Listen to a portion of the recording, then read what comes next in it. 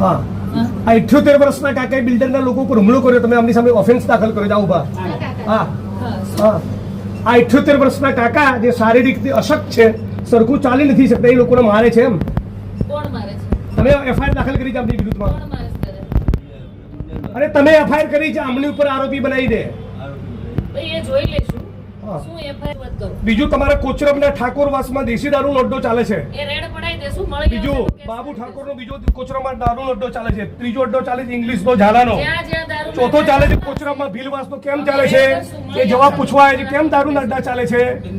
તમે 78 વર્ષના વડીલ ઉપર ઓફેન્સ દાખલ કરો છો, તો આ બધા બુટલેગર ઉપર ઓફેન્સ દાખલ કરો. હે પછી ખુલ્લા અડ્ડા ચાલે છે ને? ચાલે છે બધા. હા, પછી વિશાલ મહેતાનો અડ્ડો ચાલે છે. કેમ અડ્ડા ચાલે છે? જવાબ આપો. જ્યાં દારૂ વેચાતો હશે અમારા ધ્યાનમાં આવશે. આજે અત્યારે બધું બંધ કરાવો. કોણ છે એનો વહીવટદાર? કોઈ વહીવટદાર નથી. નથી. આ તો એમને દારૂના અડ્ડા ચાલે છે. હા, એ જોઈ લેશું. મળી આવશે તો કેસ એમને દારૂના અડ્ડા ચાલે છે. લખો, બધી રજૂઆત એફઆઈઆર કરો. એક મિનિટ, બીજી રજૂઆત કરો. તમે ડિસમિસ કરવા માંગો છો? પહેલા એક મિનિટ, આ બાબતનો જવાબ આપો. આ વડીલની ઉપર લેખિતમાં અરજી આપેલી છે. ફરિયાદ નહીં બેન. આ લેખિત ફરિયાદ આપેલી છે. તમારે જે રજૂઆત હોય ઈ તમે આપી દો. બરાબર? રજૂઆત એક જ જગ્યાએ એફઆઈઆર દાખલ કરો. તમે જ્યાં દારૂ વેચાતો હશે ત્યાં મળી આવશે તો કેસ કરશું. બિલ્ડરને મળે ત્યાં સુધી કોઈ ફરિયાદ થઈ નથી. કાલ સવારે મને ફરિયાદ નહીં જોઈએ. ઓકે. તમારા જ્યુરિસ્ડિક્શનમાં દારૂના અડ્ડા મને લાગે છે તમારા ડીસીપી ને મારે કહેવું પડશે.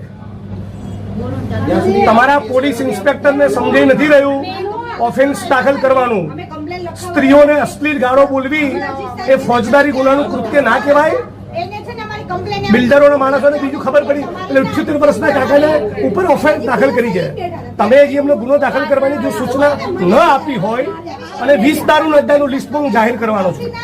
તમારે ન કરવું હોય તો ડીસીપી ને ત્યાં જવું. તમે મને ના પાડી દો તો હાલ ફોન મૂકીને ડીસીપી ને કહું. મારે ફરિયાદ કરવી છે. ના ના, અત્યારે હાલ તમે પેલા પાલડી પીએની પાલડી પીએને તમે સૂચના આપો. 5 ફેબ્રુઆરીથી ફરિયાદ આપી છે, એફઆઈઆર કરે એમાં. હું એફઆઈઆર ની કોપી લઈને પછી જઈશ.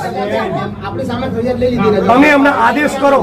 તમારાથી ન થઈ શકે તો મને પ્રેમથી ના પાડો તો સીપી ના ઘેર જવું, ઓફિસ નહીં જવું, ઘરે જઈશ. નીકળજો. અને બેન, આપણને એકદમ વિનંતી અને શિસ્ત ભાષામાં કહું છું, આવતીકાલ સાંજનો સૂર્ય અસ્ત થાય ત્યાં સુધી તમારા જ્યુરિસ્ડિક્શનમાં દારૂ જુગારની એક વસ્તુ મનાઈ બધાની વચ્ચે કહું છું 4 તારીખે 11 વાગે ડીસીપી ઝોન 7ની કચેરીએ તમારા સસ્પેન્શનની માગણી લઈ જઈશ. હું કહું એટલે કરવું જ. Take it seriously. અને કોઈ પણ માણસ તમારો સ્ટાફ ઊંચા અવાજમાં બિલકુલ વાત ના કરે. કેમ જિગ્નેશભાઈ આવ્યા હતા, કોઈ ટણી બની ના જોઈએ. ઓકે, દાદા આવી ગયા.